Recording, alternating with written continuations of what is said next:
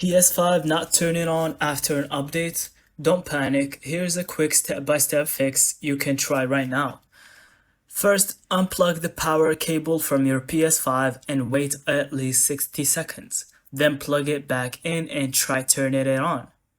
If that doesn't work, then hold down the power button for about 7 seconds until you hear the second beep. This should boot your PS5 into safe mode. In safe mode, choose the option Rebuild Database.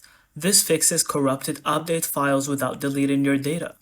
If it still doesn't turn on, download the latest PS5 update from PlayStation's site onto a USB stick, plug it in, then in safe mode choose Update System Software via USB.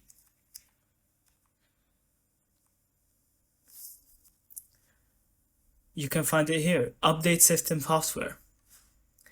And as a last resort, in safe mode, select Reset PS5. This will reinstall the system software so backup data if possible. And there you go. Try these steps in order and your PS5 should be back up and running after that update.